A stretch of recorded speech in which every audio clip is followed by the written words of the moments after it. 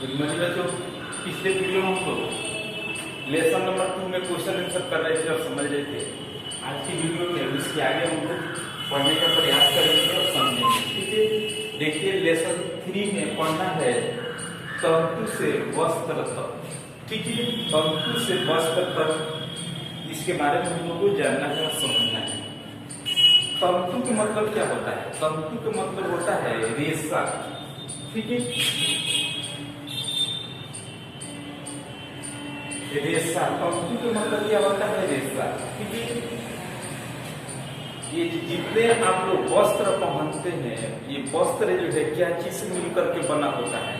तो पतले पतले जो रेशे होते हैं, पतले पतले जो तंतु होते हैं, उसी से मिलाकर के क्या बनता है? वस्त्र का निर्माण होता है। ठीक है, तो तंतु जो है कितने प्रकार के होते हैं? तंतु कहिए या रेशा कहिए, कितने प्रकार के होते हैं? तो ये मात्र 2 प्रकार के होते हैं। एक होते हैं कौन? प्राकृतिक। ठीक है, प्राकृतिक तंतु कहिए या प्राकृतिक रेशा कहिए। और दूसरा होता है क्या चीज? मानव निर्मित तंतु या कृत्रिम तंतु इसको बोला जाता है। ठीक है, तो ये वस्त्र जो होते हैं ये क्या होते हैं? पतले पतले धागे से या रेशे से क्या किया जाता है? तैयार किया जाता है। और अलग अलग प्रकार के कलर जो है पेंट उसमें डाल करके उसको पेंटिंग किया जाता है। ठीक है, तो ये बड़े बड़े फैक्ट्रियों में तैयार किया जाता है। लेकिन जो प्राकृतिक जो वस्त्र, प्राकृतिक जो रेशे होते हैं, प्राकृतिक तंतु होते हैं, वे सब जो होते हैं ये सब किससे? तो पादपों या जंतुओं से, पेड़ पौधे और जंतुओं से प्राप्त होते हैं। ठीक है, लेकिन जो कृत्रिम जो तंतु होते हैं, कृत्रिम रेशा होते हैं, वे सब जो होते हैं बड़े बड़े फैक्ट्री में रासायनिक प्रक्रियाओं द्वारा बनाया जाता है। ठीक है, तो इसके बारे में हम लोग को जानना है और समझना है। तो सबसे पहले हम लोग जानेंगे क्या चीज? सबसे पहले हम लोग जानेंगे फर्स्ट नंबर में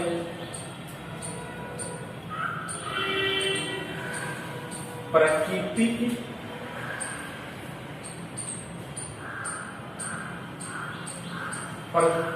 तंतु कहिए या प्राकृतिक रेशा कहिए। ठीक है, तो ये क्या होते हैं?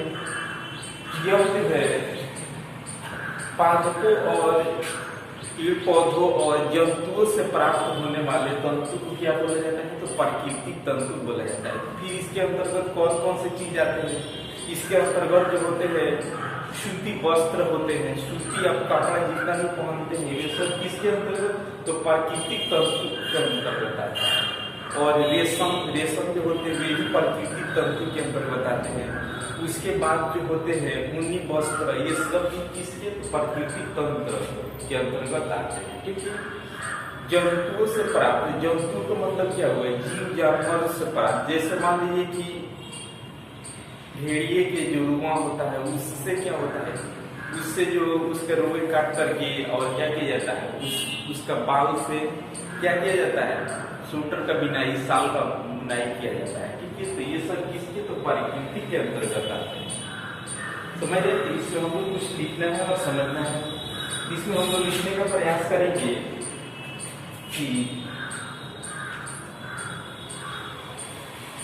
जंतुओं एवं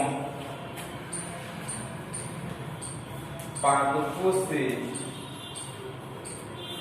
प्राप्त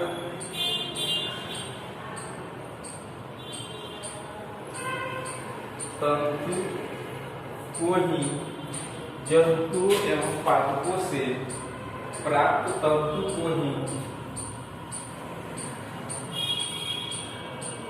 प्राकृतिक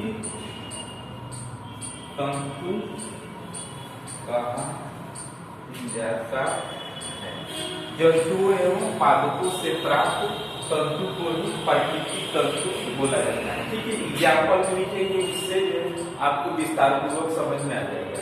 ठीक है, जैसे जैसे क्या हो जाएगा?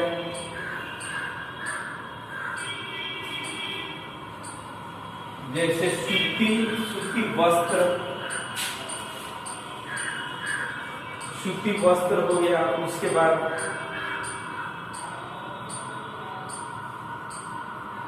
रेशम के वस्त्र, ठीक है।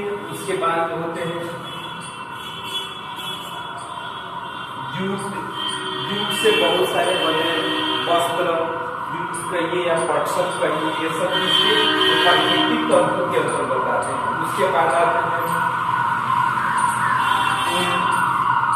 ये सब किसके अंतर्गत आते हैं, तो ये सब प्राकृतिक तंतु के अंतर्गत आते हैं, क्योंकि प्राकृतिक के द्वारा ये सब बनाए जाते हैं।